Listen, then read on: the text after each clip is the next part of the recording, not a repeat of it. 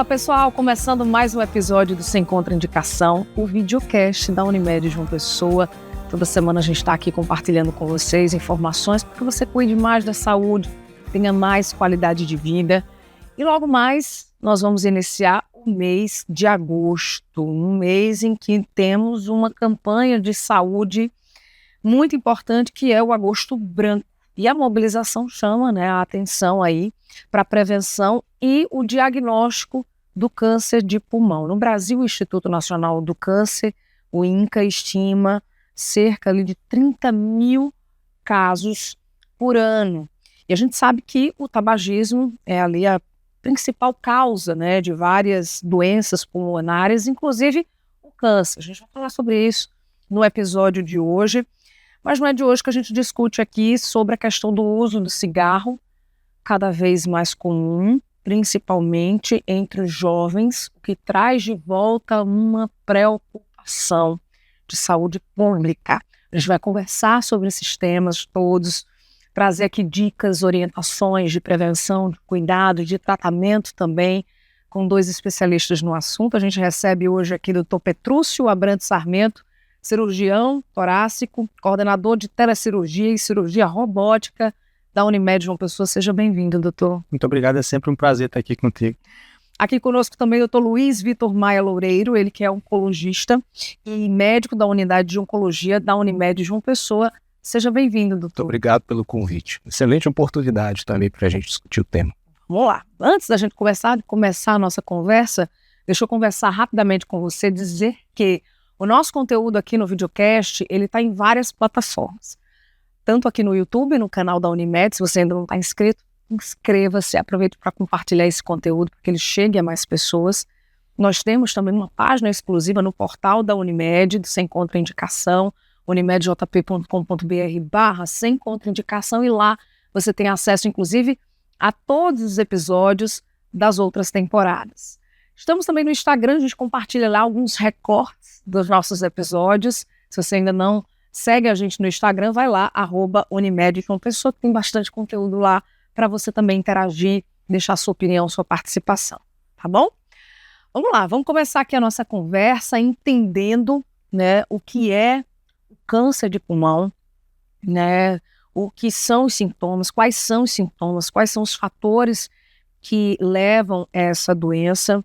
Eu trago aqui a questão do tabagismo, comecei aqui o episódio falando sobre isso, que continua sendo o principal fator de risco, aí, responsável por mais de 86% dos casos de câncer de pulmão no Brasil, isso de acordo com o INCA. E nos últimos anos, esse uso, o uso dos cigarros eletrônicos, principalmente na turma jovem, tem preocupado ainda mais sobre as consequências desse comportamento.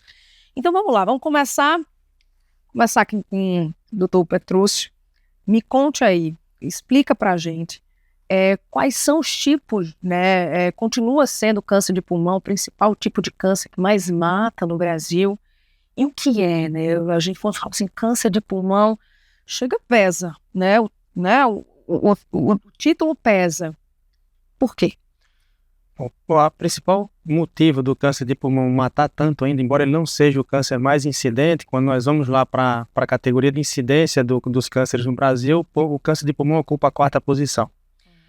Acontece que ele, ao contrário dos outros, onde você tem campanhas de prevenção, o câncer de pulmão ainda não tem. Tem um componente muito intenso que ainda na nossa sociedade está presente, é o tabagismo, principalmente na população mais carente, e ele é muito insidioso. Então, quando o câncer de pulmão vem dar sintomas, na imensa maioria das vezes ele já percorreu 3/4 do seu caminho. E aí, quando a pessoa vai procurar alguma ajuda, vai procurar um médico por causa de um sintoma, e que são sintomas muitas vezes inespecíficos, como dor, o que mais chama atenção é quando a pessoa começa a ter algum tipo de expectoração com sangue, ele fica mais preocupado, mas na maioria das vezes é um cansaço, que ele acha que não é de nada, uma dor nas costas. Quando isso acontece, ele vai procurar o médico, já está num estágio muito avançado. Então, nossa maior preocupação hoje em dia é com a detecção precoce.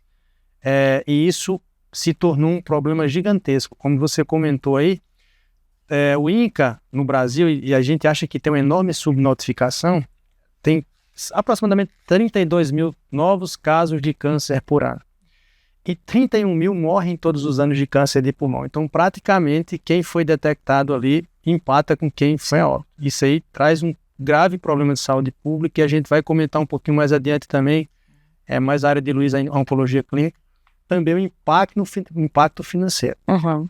Só para você ter ideia disso, nós temos um estudo de 2018, de uma revista importante mundial estudada, The Economist, que mostra que quando você tem detecção no estágio inicial do câncer de pulmão, e você compara com a detecção do paciente em estágio mais avançado, esse paciente que foi detectado no estágio mais avançado, ele custa 10 vezes mais para o SUS e 40 a 50 vezes mais para a medicina privada. Então, o câncer de pulmão não apenas tem só um impacto na saúde, em causar mortes, mas também do ponto de vista financeiro. Uhum. A segunda coisa que chama muito a atenção é que essa pessoa que é tirada do trabalho, 1/3 deles, aqui no Brasil, ele estava na vida produtiva. Então, você deixa de contribuir com a sociedade, deixa de contribuir com a questão fiscal e passa a usufruir dos recursos para ser tratado, tirando também uma pessoa que vai te ajudar, que também é uma pessoa produtiva. Então, nós temos hoje um problema de saúde pública e temos um problema econômico quando nós falamos de câncer de pulmão. Nossa, e aí, por que a campanha... Eu comecei também o episódio falando sobre o Agosto Branco, doutor Luiz. Por que essa campanha ela é tão importante, por exemplo, conscientizar a população e entender todos esses argumentos que o doutor Petrus trouxe agora, e para a gente entender também a gravidade do problema, né? Eu acho que a gente marcar um mês ao longo do ano para a gente lembrar do câncer de pulmão é absolutamente fundamental, dado que Petrus já falou, né?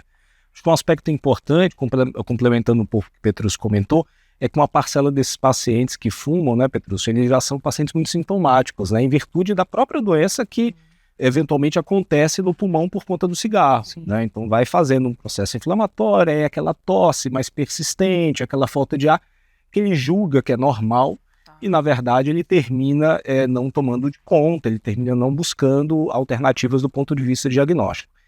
E quando a gente elenca um mês ao longo do ano para poder conversar sobre uma determinada doença, é fundamental para que a gente comece justamente a ter essas oportunidades como essa. Uhum. A oportunidade da gente poder mostrar ao público a importância, né, do câncer de pulmão. Petrus falou muito bem, eu acho que existe um impacto, que é o impacto de saúde pública, mas sobretudo um impacto social, econômico, porque é uma doença que afasta o paciente, uma doença que efetivamente tem um índice de mortalidade muito alto. E o Agosto Branco, ele traz também por trás disso a oportunidade da gente conversar sobre rastreamento, que é a capacidade da gente conseguir detectar a doença de forma precoce, particularmente naqueles pacientes, né, de maior risco, né, que são exatamente os pacientes tabagistas, né. Isso é uma coisa que a gente vem conversando ao longo da última década, pelo menos, a gente tem vários estudos apontando o benefício disso, inclusive em termos de redução de mortalidade, porque a gente começa a fazer uma detecção de forma mais precoce e, consequentemente, os resultados são melhores. Falando em tabagismo, eu vou trazer aqui uma pergunta do público, né? A gente também tem espaço aqui no nosso episódio para trazer a pergunta de quem nos acompanha, que está do outro lado. E a gente tem aqui a pergunta da Sônia Maria dos Santos, de Mangabeira 8. Ela diz o seguinte: muitas pessoas associam a doença apenas ao cigarro. Quem nunca fumou? Qual a causa da doença? O cigarro, sem dúvida nenhuma, ele é o principal fator desencadeador do câncer de pulmão. O Brasil, nós somos um país felizado. Nós temos hoje o melhor programa público do mundo em cessação do tabagismo. Então, hoje nós somos um país referência no mundo para quem quer parar de fumar, para quem quer ajuda para parar de fumar.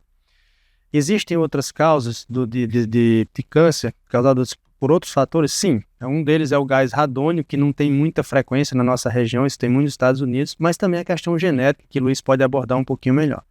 Mas o cigarro, sem dúvida nenhuma, ele é o principal fator predisponente. Tanto é que quando nós pegamos as curvas de tabagismo ao longo das últimas 6 décadas, você pega que quando tem os picos de tabagismo, 20 anos depois eu tenho o pico de câncer de pulmão. Então não é à toa que eu tenho claramente uma população elegível para se tentar fazer o diagnóstico precoce através de um programa ou de detecção precoce ou de rastreamento. Assim como nós temos para mama, para cólon, para o pulmão, pessoas que estão entre 50 e 80 anos, que têm histórico de tabagismo, eles têm indicação de realizar uma vez por ano uma tomografia de baixa dose para tentar fazer o diagnóstico dessa doença no estágio inicial, que tem uma chance muito maior de cura, 8 a 10 vezes maior de cura quando nós fazemos essa detecção na fase inicial. Outro grande problema que nós temos agora, ainda não sabemos a repercussão futura, é a questão do cigarro eletrônico. Vem mais para o jovem com a grave ideia. Isso é uma pesquisa aqui da nossa UFPB de 4, 5 anos atrás, onde internamente no curso de medicina se questionou sobre o uso do cigarro eletrônico. E por incrível que pareça, o jovem estudante de medicina que usava o cigarro eletrônico, ele não se sentia um fumante. Ele achava que aquilo não era fumar. E mais grave ainda é que até hoje nós não temos regulamentação. Isso não é um produto legalizado no Brasil. Ele vem através de contrabando, você não tem a menor ideia do que está sendo utilizado ali. Então, isso é outra preocupação que nós temos, que só vai aparecer daqui a 20, 30 anos. Né? Entendi. Me permita apenas fazer um complemento que eu acho que é uma excelente oportunidade para a gente lembrar dois aspectos. Um deles, a respeito de fatores de risco, que você comentou, eu acho que a gente precisa levar em conta, e aí é uma ótima oportunidade da gente também esclarecer a população, porque a população muitas vezes acredita que o câncer é uma doença familiar, uma doença hereditária, né? Então vem sempre aquela coisa, mas não tem ninguém na minha família com câncer, como é que eu nunca fumei e eu tenho câncer, né? A gente sabe que, na verdade, se a gente pegar todos os cânceres de forma geral, menos de 10% são efetivamente tumores que acontecem por conta de alguma linhagem familiar, tá? 90%, portanto, acontece de forma absolutamente esporádica. E quando a gente olha para o câncer de pulmão, um outro aspecto que talvez na nossa região não seja tão relevante, mas em outros locais do Brasil, com certeza, a poluição é um aspecto também importante que deve ser levado em conta, né, como um fator de risco relevante, tá? Acho que esse é um primeiro ponto. Segundo, em relação aos cigarros eletrônicos, talvez a gente vá ter oportunidade de conversar um pouco sobre isso, também esse momento do Agosto Branco é o momento da gente reforçar as nossas trincheiras, vamos dizer assim. Porque o Brasil é um dos poucos, vamos dizer assim, baluartes ainda da defesa contra a liberação do cigarro eletrônico, né? E a gente tem um lobby muito presente por parte da indústria e de outras entidades no sentido de liberar isso junto às entidades regulatórias. E todas as sociedades, Petrus faz parte da Sociedade Brasileira de Cirurgia Torácica, eu da Oncologia Clínica, todas as sociedades têm trabalhado de forma, inclusive, juntas para conseguir justamente defender, impedindo que essa liberação aconteça. Porque a gente sabe que se isso eventualmente acontecer, a gente vai ter um impacto super relevante, né, na ocorrência de neoplasia de pulmão nas diversas doenças, não apenas neoplasia de pulmão, nessas gerações futuras. Assim. Porque hoje a gente está vendo uma transformação epidemiológica. Né? Os adolescentes, os jovens, né, por volta dos seus 20 anos, utilizando cigarro eletrônico como se nada estivesse usando. E a gente sabe que isso é potencialmente, né, muito superior em termos de risco do que o cigarro convencional. Poxa vida. Eu lhe pergunto, quais são os primeiros sinais, né, de que está acontecendo ali alguma coisa e que a gente não pode ignorar? Considerando que o paciente é um paciente de risco, né, vamos falar de um paciente tabagismo, porque é a maior parte desses indivíduos. Então, assim, a tosse persistente, presença de sangue na tosse, né, presença de falta de ar persistente, que não melhora com as medidas usuais, perda de peso é um fator também bastante relevante, a gente vê muito isso no nosso dia a dia de consultório, aquele paciente vai perdendo peso, já é muitas vezes um paciente mais magro, e ele vai perdendo de forma adicional, involuntária. Então esses são fenômenos que a gente precisa sempre ter eles como alerta, como fenômeno de vigilância, para poder startar ali ou começar um exame, né, e procurar um médico específico para investigação. Doutor, a tosse, ela pode de repente ser ali um ponto de atenção, e como diferenciar, né, que é uma tosse comum de um sintoma que de repente mereça uma investigação? Acho que um aspecto importante, uma parcela desses pacientes, eles já são pacientes que desenvolvem doença pulmonar em virtude do cigarro. Tá. Então a gente sabe que a doença pulmonar, e aí nos seus diversos espectros, ela pode apresentar uma série de sintomas, entre eles a própria tosse. Então acho que a mudança do padrão de tosse é um fator importante, tanto em termos de frequência, de intensidade, e também a ocorrência de secreções, como por exemplo o sangramento. Eu acho que ali é um momento efetivo de alerta. Muito embora, e aí vale a lembrança, como o Petrus já comentou, quando isso acontece, particularmente quando o paciente tem algum sangramento, é sinal de que a doença efetivamente, potencialmente já está muito mais avançada e, consequentemente, às vezes a gente se depara com situações incuráveis. Eu vou quebrar aqui o protocolo e o roteiro. Muito bem. Para perguntar assim, por que o fumante ele é tão teimoso? Acho que o hábito de fumar já é uma teimosia, né? Porque ele sabe que está errado. vai no médico. Não, por que tem esse comportamento? Isso é interessante porque é um estigma que ele carrega. Então, o que é que mais ainda retarda que o fumante vá ao médico? Ele sabe que se ele estiver doente, a culpa é dele. Que ele fez uma opção de ter o cigarro. Então, isso traz uma dificuldade gigante para que ele vá procurar ajuda. E, assim, por mais que os familiares fiquem ali, eu digo sempre, né? Não adianta você bater de frente. Então, quando ele chega, você olha, eu sei que é difícil, eu sei que é um vício, isso é igual a qualquer outro vício, mas tentem diminuir. Quem sabe o senhor conseguindo diminuir, vai... Então, quando eles começam a diminuir ali, já notam que aquilo traz uma melhora na qualidade de vida, passam a se alimentar melhor, sentir o gosto dos alimentos, e realmente precisa de ajuda, né? Então, lembrar que o tabagismo é um vício como qualquer outro, e um vício constante de duas formas. Tanto você tem a fissura, né, de estar o tempo todo pegando um cigarro, e como também a dependência da nicotina. E aí vem outra preocupação gigantesca com o uso do cigarro eletrônico. Ele não dá tosse, é cheiroso, e a gravidade, o que é que está escondido por trás? Aquelas cápsulas de nicotina, elas viciam 50 vezes mais do que o cigarro. A dose de nicotina inalada por um cigarro eletrônico chega a ser 50 vezes maior do que o cigarro convencional. Então, a velocidade que vicia e a dificuldade de deixar é muito maior.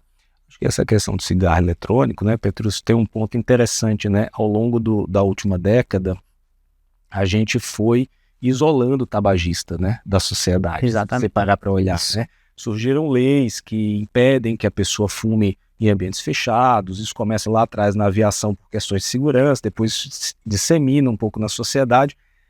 Mas o cigarro eletrônico, até pela característica do produto, ninguém nem sabe que Foi criado para tentar parar isso, né? Então ninguém sabe que ele está fumando, né? Tem um relato que eu acho que é um relato interessantíssimo, né? Para a gente entender o tanto que efetivamente o cigarro eletrônico ele muda não apenas a questão do vício, mas o hábito do vício.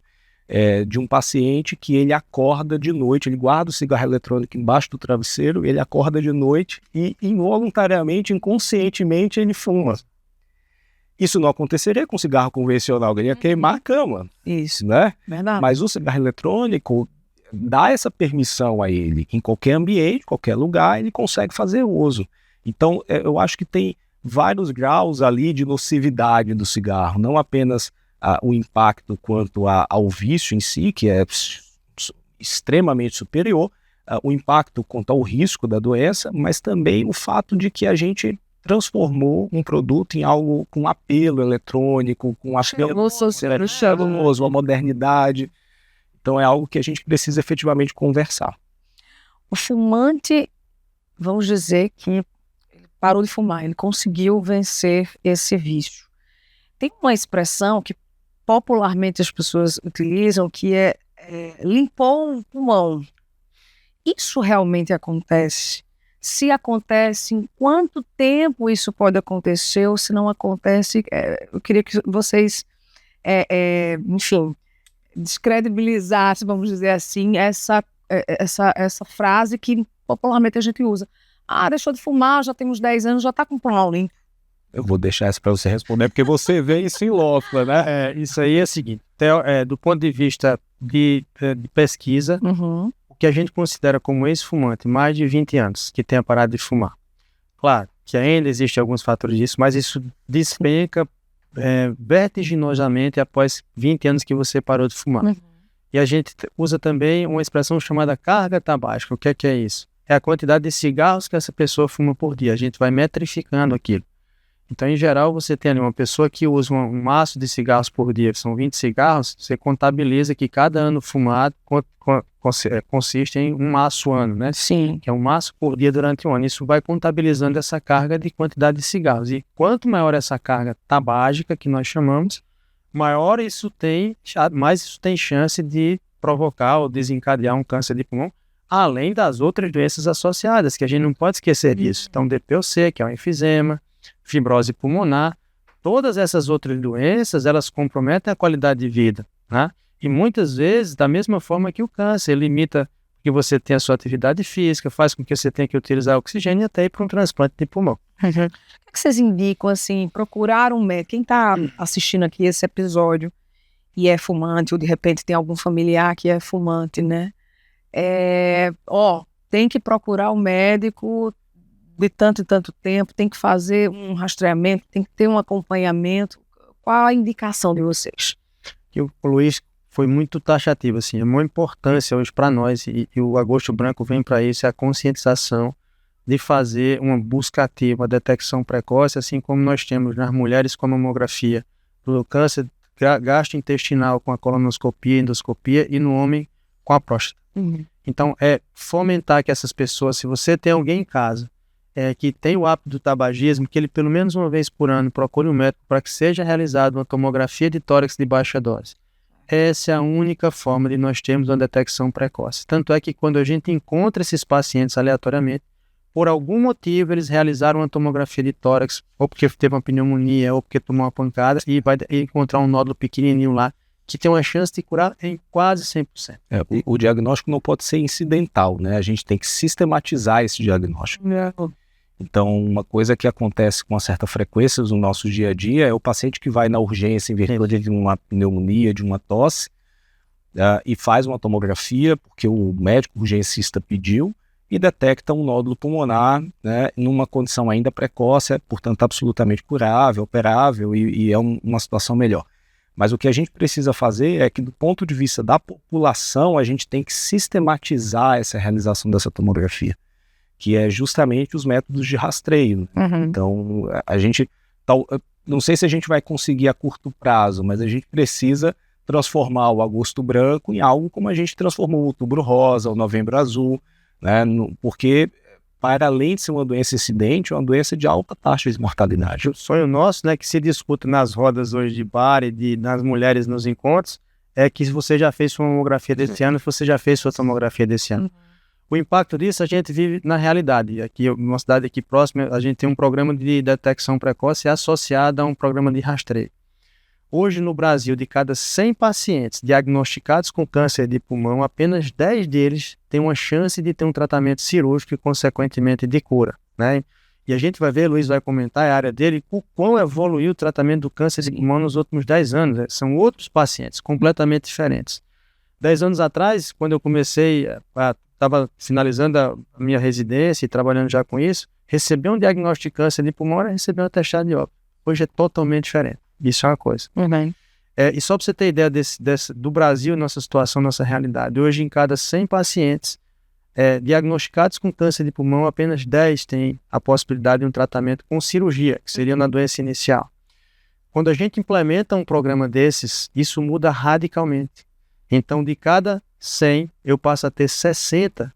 Então, 6 vezes mais. Isso eu não estou falando de literatura, isso é realidade nossa aqui do lado. Sim. Quando você implementa um tipo de programa desse, e a gente tem uma enorme possibilidade de fazer isso dentro de uma carteira como a Unimed, a gente tem trabalhado continuamente nisso, né? Esse paciente, ele está aí, ele está dentro da carteira, a questão nossa, responsabilidade nossa é tentar encontrar e ele querer ser encontrado. Sim. Que também você não pode sair fazendo exame em quem não quer. Né? Então, assim, muda radicalmente a chance dessa pessoa curar quando eu identifico essa doença na fase inicial. O tratamento, ele é igual para todo mundo ou tem diferença dependendo do estágio da doença? Comentar um pouquinho, né? O tratamento, ele é absolutamente diferente, na verdade. Personalizado. Muito personalizado. Talvez o câncer de pulmão seja, entre os cânceres, o maior exemplo do que é personalizar um tratamento. Tá? Então, não apenas do ponto de vista do estágio da doença, naturalmente aquelas doenças que são mais precoces, a gente envolve ali a estratégia de uma cirurgia, de uma radioterapia em algumas situações, associada a tratamentos sistêmicos, que podem ter quimioterapia e imunoterapia. E nas situações mais avançadas, que é o mais frequente do nosso dia a dia, o que a gente vai utilizar são as quimioterapias, imunoterapias e as terapias-alvo. Mas para a gente escolher a estratégia de tratamento, é preciso que a gente passe por várias etapas. Essas etapas elas vão, de alguma forma, subclassificando aquele câncer de pulmão. Então, a gente não enxerga o câncer de pulmão como a gente enxergava, como o Petrus falou, há uma década atrás. Sim. Onde a gente colocava todo mundo dentro do mesmo grupo e tratava quase que da mesma forma. Então, eu até brinco com os pacientes, eu desenho uma pizza e falo, tem vários sabores essa pizza. Né? Então, a gente, na verdade, precisa descobrir qual é o sabor efetivo, portanto, qual é a alteração para que a gente possa, de forma adequadamente, tratar. Doutor Petrus, qual o papel, né, do cirurgião torácico no tratamento?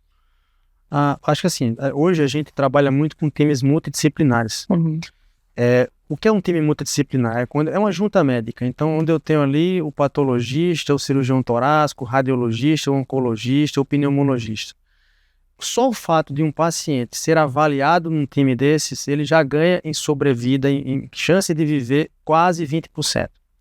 Então, onde é que o cirurgião torácico entra? Participando dos programas de detecção precoce, geralmente a gente faz isso junto com a pneumologia, a oncologia e a radiologia, obtendo amostras de tecido, que são as chamadas biópsias, para que nós tenhamos essas informações que o Luiz precisa. Isso é tão importante hoje em dia, Linda, que a gente, trazendo bem assim, tentando trazer um exemplo bem prático. Igual a gente tem infecção e pede uma cultura para saber que bactéria dá um antibiótico, da mesma forma hoje é o câncer de pulmão. Eu preciso ter uma amostra de tecido para saber de que família que é aquilo, que mutação que ele tem, para saber o remédio específico que tem. Então veja como eu evoluí. Saindo de uma quimioterapia que eu dava para todo mundo e agora eu acho cada pessoa que tem um determinado fator genético, um achado celular. Então essa é a amostra de tecido, chamada biópsia. E por fim, se eu tenho a detecção dessa doença inicial, eu vou para a cirurgia. Nessa cirurgia, o que a gente tem? Operar com intenção de cura. E hoje as técnicas minimamente invasivas, elas evoluíram muito. Então, eu tinha videocirurgia, agora eu tenho a cirurgia robótica. Então, são furinhos de 1 centímetro que eu consigo fazer uma cirurgia. Esse paciente muitas vezes nem vai para a UTI, recebe alta em até 3 dias e está fazendo as coisas dele do dia a dia ali 15 dias depois. Então, veja como evoluiu, como a gente consegue dar opção de tratamento para esse paciente quando detectado na fase inicial. Então, olha a importância de nós termos essa detecção precoce. E aí, doutor, aproveitar a sua fala para também trazer aqui essa questão dos benefícios da cirurgia robótica no tratamento do câncer de pulmão. Né? Vamos lá, o que eu comparo o que é que o robô trouxe para a técnica cirúrgica. O robô, pela primeira vez na história, ele é um intermediário entre o cirurgião e o paciente. Até então, todas as técnicas operatórias que nós tínhamos, minhas mãos tinham que ter habilidade para realizar uma determinada técnica. Eu precisava ter, além do meu conhecimento, do meu treinamento, habilidade. O que o robô fez? Filtrar, transformar com que aquele menos hábil ou mais hábil tenha a habilidade de executar o mesmo procedimento. Ele pode até demorar um tempo maior, mas a sequência de execução, a fineza dos instrumentos é a mesma. Pra você ter ideia do que ele faz, ele pega a minha mão, um movimento de 560 graus, é como se fossem minhas mãos operando lá dentro em pinças de 8 milímetros. Então é isso que o robô traz. E nós estamos evoluindo tanto nessas plataformas robóticas, com a quantidade de informação que nós temos hoje em dia, que esses big data, através de inteligência artificial, já começam a desenhar modelos preditivos de cirurgia. Então já começa a dizer, não vai por aí não, que aí tem um vaso que sangra. Não vai por aqui que a lesão está mais para cá. Nós estamos chegando nesse nível de acurácia com a cirurgia robótica. Esse intermediário vai fazer com que o cirurgião cada vez mais sênior, que tinha tremor, que não consegue enxergar, passe a enxergar através de instrumentos de altíssima resolução. Filtra-se os tremores através de movimentos cada vez mais delicados. Então você traz o cirurgião extremamente experiente, que estava parando de operar, para começar a operar e transforma essa experiência no cirurgião mais novo.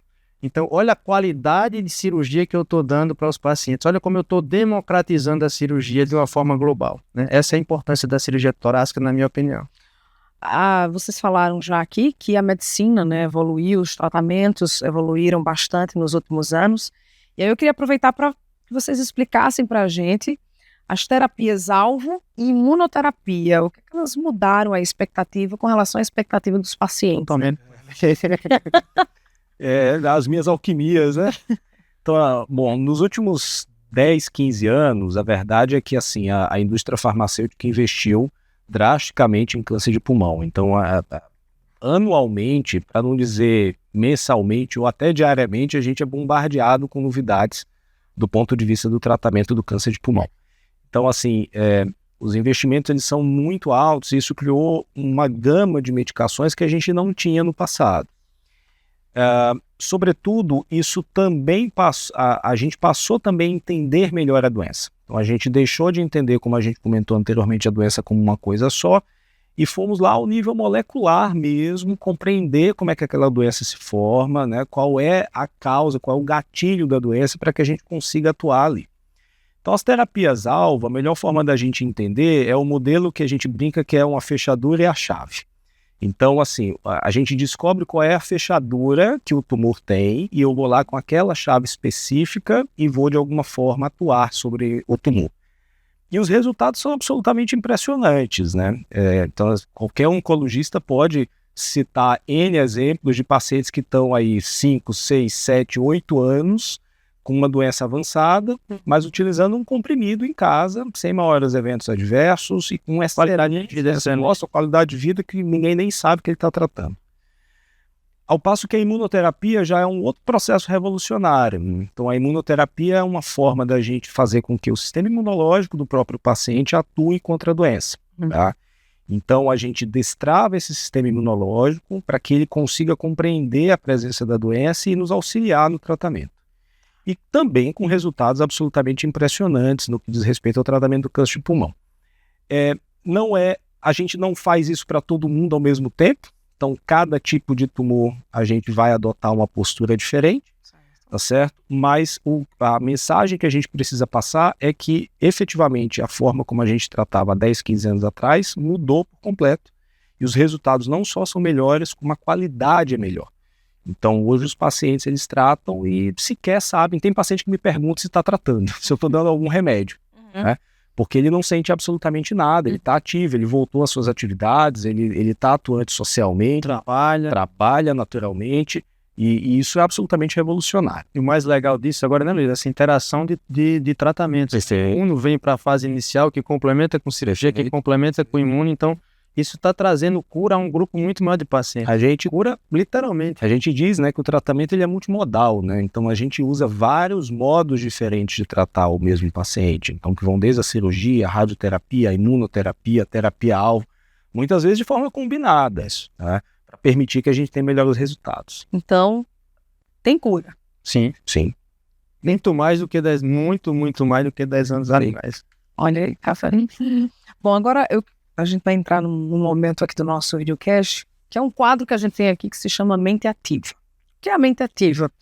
A gente inspira os nossos seguidores, usuários, enfim, a buscarem ferramentas de autocuidado, de bem-estar, de atividade física, para poder cuidar da saúde através do exemplo de vocês, dos nossos convidados.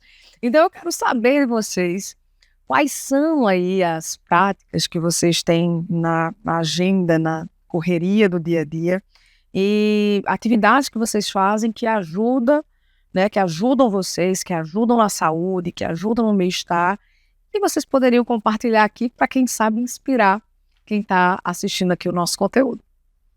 Como eu falo? Não, eu vou ser obrigado a falar da atividade física, né? Esse aí eu acho que não tem muita dúvida. Eu acho que todos nós, acho que a atividade física é disciplina, né? Ela deixa de ser algo que você faz só quando quer ou quando gosta, né? Você aprende a gostar dela. E é interessante, eu tenho mudado inclusive um pouco a forma como eu tenho abordado os pacientes no dia a dia de consultório, para falar que a atividade física deixou de ser apenas uma questão de mudança de estilo de vida, de melhor qualidade de vida, mas é sobretudo parte do tratamento. Sim. Medicação que você tem que tomar. Exato.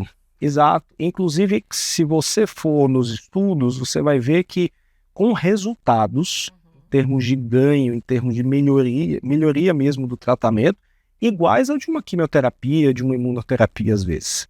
Então, se você sistematiza, se você faz atividade física de uma forma rotineira na sua vida, isso vai mudar não apenas o risco de você ter uma neoplasia, seja ela qual for, quanto se a tiver, eventualmente conseguir passar por ela, tratá-la com mais tranquilidade, inclusive com menos eventos adversos relacionados ao tratamento, e reduzir a chance da doença voltar. Então, só tem benefício. Então, a atividade física é algo que a gente incorpora no nosso dia a dia. A gente sabe o quanto que a ausência de atividade física nos faz mal, né? Inclusive para que a gente consiga manter a nossa capacidade de bem atender o paciente. Sim. né? Então, a atividade física é algo realmente revolucionário. O corpo da gente não foi feito para ficar parado e a gente precisa adotar ela como uma medida necessária. Qual atividade está na sua rotina? Hoje eu corro, Petrus também, né? É um corredor. Corredores, olha aí. A gente tenta fazer o maior volume possível durante a semana. Não é fácil, hoje mesmo eu acordei 4 da manhã, fui para a pista, tem que ir. Escuro, frio, vento. Mas você está tocando num ponto que eu acho que é interessante. A gente precisa ensinar isso para a população também, né? E para os pacientes, particularmente aqueles com diagnóstico de jonoplasia. A gente precisa trabalhar em 2 eixos quando a gente fala em atividade física, né? Não apenas a atividade que trabalhe o cardiopulmonar, mas também a atividade que faça com que o paciente ganhe músculo. Porque músculo hoje é compreendido como um sinal vital, né? E a gente precisa efetivamente entender. Oi? Esse finalzinho. Não, tá aí. Deu uma fala no microfone? Tá, então eu começo do começo.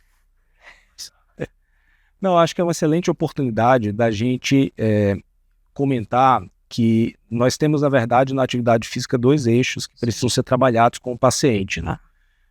Atividades de caráter cardiopulmonar, e a corrida é um belíssimo exemplo disso, mas atividades que fazem com que o paciente também trabalhe a musculatura, ele ganhe músculo. Né?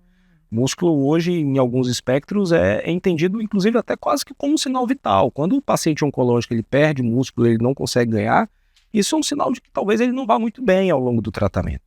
Então a gente precisa orientar o paciente que não é apenas assim, nós vamos fazer uma caminhada, ok, mas essa caminhada ela precisa acontecer de uma forma organizada, né? Não pode ser um passeio apenas. Ele precisa ganhar capacidade cardiopulmonar e também musculatura. Muito bem, doutor Petrus. Acho que, assim, fundamental.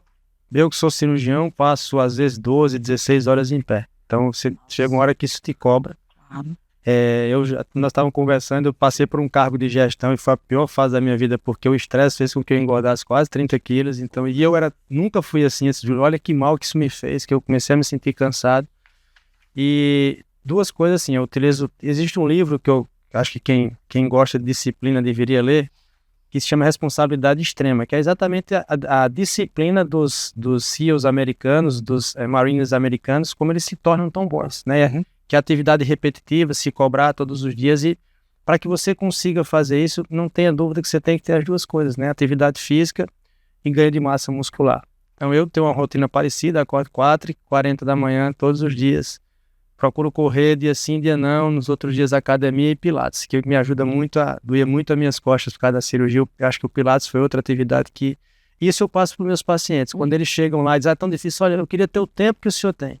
Ou me dê um pouquinho desse tempo, que eu queria correr mais, eu queria fazer mais academia, e a gente vai levando na brincadeira, mas é isso que faz com que eles comecem a se empolgarem, principalmente para mim que sou cirurgião. A gente sabe hoje que os pacientes que vão para a cirurgia, nós chamamos de pré-habilitação, que tem uma atividade física regular prévia, eles vão muito melhor na cirurgia. Eles têm menos dor, eles movimentam mais rápido, eles têm alta mais precoce, eles recuperam muito mais rapidamente do que os outros. E são coisas simples, isso é literatura que mostra que se você tem 3 vezes por semana, 45 minutos de caminhada intensa, associada a pequenos exercícios para ganho de massa muscular em casa, você já está fazendo uma pré-habilitação. Isso vai melhorar a sua qualidade de vida. E quanto mais idoso a gente se torna, mais a gente precisa de músculo para não cair, né? Sabemos que quanto mais idoso, a chance de cair e se machucar é maior. Se eu tenho atividade física, se eu ganho massa muscular, isso vai me dar mais segurança para eu andar, para eu curtir meus netos, meus filhos, passear. Acho que isso que a gente tenta levar para os nossos pacientes, sempre, né? Sempre. Eu sei que a gente já falou aqui um pouco sobre a prevenção, mas eu queria aprofundar um pouco mais, porque ainda, né, há muito a ser feito para garantir acesso a alguns cuidados eficazes ao câncer, para que o país consiga reduzir, né, de forma significante a mortalidade associada também a essa condição devastadora, vamos dizer assim. Então eu queria trazer também aqui algumas formas de prevenção, também para a gente deixar uma mensagem, continuar nessa mensagem de qualidade de vida, de bem-estar, de buscar também algumas atividades no nosso dia a dia que proporcionem, né, isso. Então eu pergunto, depois do tratamento, né, é possível esse paciente, passou por todo esse processo, passou por todo esse tratamento, é possível ele ter uma vida normal, vamos dizer assim? Sim, não tenho nem dúvida disso. Tanto o Petrúcio comentou a respeito dos benefícios da cirurgia robótica para o cirurgião, mas para o paciente, o fato de que esse paciente tem um pós-operatório muito mais tranquilo, consegue ir para casa de uma forma muito mais precoce, já é um indício de que ele vai ter uma vida normal, na verdade. E mesmo quando a gente fala dos tratamentos oncológicos, por assim dizer, como eu comentei antes, a gente tem, na verdade, estratégias hoje de tratamentos sistêmicos que envolvem muitas vezes eventos adversos muito manejáveis, muito tranquilos. Não estou dizendo que é absolutamente isento, mas a gente consegue manejar de uma forma que o paciente consegue viver a vida dele de forma absolutamente normal. Então, na verdade, a grande função da oncologia é garantir que aquele tratamento ele aconteça com qualidade. Então, de nada adianta a gente tratar uma doença e esquecer o paciente, né? Então, assim, a gente fala muito isso para os meninos da graduação, né, para os alunos, a gente diz, olha, entre uma doença e um tratamento que você sabe qual é, existe um paciente no meio do caminho, e é ele que é o foco dessa história, né? Então, tudo que a gente faz no nosso dia a dia está focado justamente para permitir ao máximo que aquele indivíduo ele consiga voltar às suas atividades. A gente estimula muito, né, Petrúcio, assim, no dia a dia, o paciente às vezes chega querendo se afastar, né? E a gente fala assim, não, mas assim, viu, a coisa para o senhor se afastar. A gente explica, você não vai se afastar. Tá aqui tudo bem, eu posso te afastar, não tem problema nenhum. Mas não tem porquê, né? Então, a gente precisa tirar um pouco desse estigma também da ideia do tratamento oncológico, que é aquela ideia de que o paciente vai ficar acamado sobre uma redoma e que ninguém vai tocar e que ele vai ficar em casa, isolado. Não é essa a realidade. Não é assim que a gente lida com oncologia hoje em dia. Aliás, eu acho que de certa forma a gente nunca lidou, acho que a população criou um pouco desse estigma mesmo, e a gente precisa fazer com que aquela pessoa volte ao normal do dia a dia dela, o mais rápido possível. Parar de fumar realmente reduz esse risco, né, para o câncer, e mesmo para quem fumou durante muitos anos? Sim. Quanto mais tempo ele fica afastado do cigarro, reduz a incidência de câncer de pulmão e o melhor, traz um ganho de qualidade de vida muito grande. Acho que talvez esse seja o principal benefício, né? Você perguntou a vida depois que esses pacientes têm câncer. Muitos deles que cessaram o tabagismo, entraram num programa de reabilitação, eles passam a ter uma vida muito melhor depois. Até tendo feito cirurgia que, teoricamente, tirou uma parte dessa reserva do pulmão. Sim. Mas eles tiveram tanto ganho em se libertar do cigarro, em ter hábitos saudáveis de vida, alimentação, atividade física, que eles façam ter uma vida muito melhor, né? Façam aproveitar a vida muito mais depois do câncer do que como eles tinham antes disso. Além de parar, né, além de evitar o cigarro ou parar de fumar, quais são os outros cuidados no dia a dia que a gente precisa ter com os pulmões? Acho que assim, hoje poluição é uma das grandes... Só para você ter ideia do impacto da poluição, São Paulo, vou comparar São Paulo, acho que é a maior capital do país, isso tem 15 anos atrás, a Sociedade Paulista de Pneumologia calculou o que equivale em cigarros a você respirar o ar de São Paulo. Eram 6 cigarros por dia. Nossa. Eu estou falando de 15 anos atrás, quando a gente tinha congestionamento em São Paulo de 200 quilômetros. Hoje chega esse congestionamento chega a 1.200 quilômetros por dia. Imagina a qualidade do ar que você tem hoje. Então, poluição. China, a gente já sabe que a mulher asiática tem um fator predisponente para desencadear câncer de pulmão, que é desencadeado por a quantidade de partículas de poluição que você tem no ar. Sim. Ela vai ali e ativa um genzinho que vai causar um câncer de pulmão em quem nunca fumou. Então, poluição, né? Hábitos de vida, alimentação, acho que alimentação é o básico para todo mundo, né, Luiz? Se você quiser completar mais alguma. Na verdade, você comentou sobre a alimentação, acho que, assim, alimentação é algo que a gente sabe o que faz bem desde criancinhas. O colégio ensina isso pra gente. O paciente não precisa ir para o cirurgião torácico ou para um oncologista para saber o que é que comer faz bem ou não, né? Então, alimentos ultraprocessados, excesso de gordura, excesso de açúcar, isso naturalmente faz mal para todos nós, e não apenas do ponto de vista do risco de um câncer de pulmão, mas o risco de diversos outros tipos de câncer, que a gente também precisa lembrar dessa possibilidade. Quais são os principais mitos, assim, sobre o câncer de pulmão que seria uma ótima oportunidade da gente desmentir, desmistificar coisas que as pessoas às vezes chegam no consultório ou estão passando pelo tratamento, de repente familiar, acredita em tal coisa e você diz assim, não é assim. Da minha parte, assim, o principal mito é que o paciente que realmente fuma, deixe de se sentir culpado. o que mais leva ele a não procurar o médico e segurar esses sintomas é que a vida inteira ele escutou o filho ou a esposa dizendo para ele parar de fumar e ele tem vergonha de dizer que está sentindo algo para não ser criticado novamente. Então é que ele começa a desmistificar isso, perder esse estigma e que as pessoas de casa não ajam dessa forma, né? Ofereçam ajuda e não critiquem. Porque o principal medo do paciente que fuma hoje, procurar um médico para ter uma detecção precoce, é ele se sentir culpado de que a doença ele mesmo provocou e dar a munição para que os vizinhos, né, atirem a pedra. Me vem à cabeça assim, 3 mitos, eu acho que tem mais, mas assim, o primeiro deles é que biópsia não espalha o câncer, tá? Porque a gente ouve muito isso às vezes, né? Especialmente quando o paciente faz uma detecção precoce de doença, né? E aí, mas vai biopsiar, vai espalhar o tumor. Isso não é uma verdade. Então, isso é um grande mito. O segundo é que a doença não tem cura. A doença tem cura, tá? Então, a gente precisa... O agosto branco é exatamente a oportunidade que a gente tem de lembrar a população sobre a necessidade de fazer o diagnóstico de forma mais precoce para que essa cura seja cada vez mais frequente, né? No nosso dia a dia, a gente esbarra com diversas dificuldades, mas eu acho que essas são oportunidades para a gente relembrar a população sobre isso. E o terceiro mito, né, que eu acho que de repente vale a pena a gente lembrar, é que assim, quando a gente começa o tratamento no paciente tabagista, vem sempre aquela história, eu fumei até agora, por que eu vou parar de fumar? O câncer já está aí, não faz mais diferença. E faz diferença mesmo quando ele for diagnosticado, ele começar a tratar, faz diferença ele parar de fumar. A gente sabe que os resultados eles são piores naquele paciente que continua fumando. Então a gente precisa lembrar que tudo isso é mito. Deve ter mais, mas eu me lembrei desse.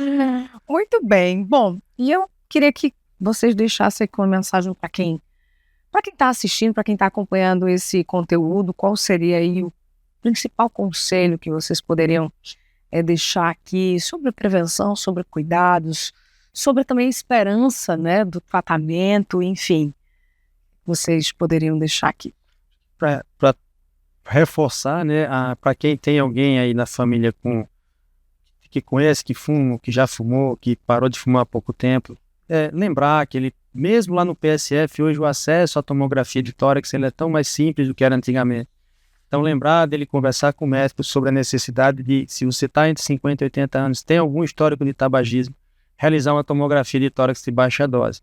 Acho que eu vou falar mais no intuito da prevenção mesmo, do foco do agosto branco e outras situações que o Luiz pode lembrar também. Perfeito. Eu acho que, apesar dos avanços que a gente teve ao longo dos últimos anos, particularmente ao longo das últimas décadas, em termos de oncologia, com advento de imunoterapia, terapias-alvo, a gente não pode esquecer que a prevenção é a coisa mais importante, né? Então, como já foi debatido aqui inúmeras vezes, o tabagismo é essencialmente algo que a gente precisa abolir quando possível, mas eu acho que vale a pena a gente deixar uma lembrança para a turma talvez mais jovem, e lembrar que o cigarro eletrônico, que hoje é proibido no Brasil a sua comercialização, ele não é um equipamento eletrônico da moda. Na verdade, ele é algo que vai lhe fazer mal efetivamente, e a gente precisa conscientizar a população de que o cigarro eletrônico é algo que não pode ser liberado no Brasil e é nocivo à sociedade.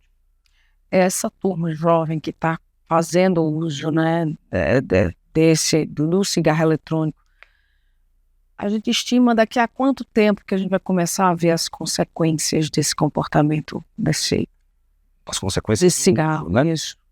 Como o Petrus falou, esses são equipamentos que eles têm muitas vezes concentrações de diversos carcinógenos, substâncias que provocam câncer em concentrações muito mais altas e que provavelmente eles correspondem ali algumas dezenas de vezes do que é um cigarro convencional, né? Se a gente imaginar que a gênese ali de um câncer de pulmão pode demorar eventualmente algumas décadas para isso acontecer, é possível que talvez na primeira década, agora, na próxima, a gente já comece a ver essa população chegar para a gente, né, com neoplasias resultantes do uso do cigarro eletrônico. Então, assim, eu acho que as estimativas apontam que aí, talvez a partir dos 2030, a gente comece efetivamente a encontrar essa população. Bom, queria agradecer a participação, o tempo, né, e também o papo, a presença aqui do nosso videocast. Muito obrigada, sejam sempre muito bem-vindos. E até a próxima, viu? Nós que agradecemos. Obrigado. Obrigada a você também pela sua companhia. Aproveita para compartilhar esse conteúdo. Coloca aí o link no grupo da família, do condomínio, dos amigos, para que mais pessoas possam ter acesso a esse conteúdo. Cuidem mais da saúde e da qualidade de vida também, tá bom? Semana que vem a gente está de volta com um novo episódio. Te espero então. Até lá.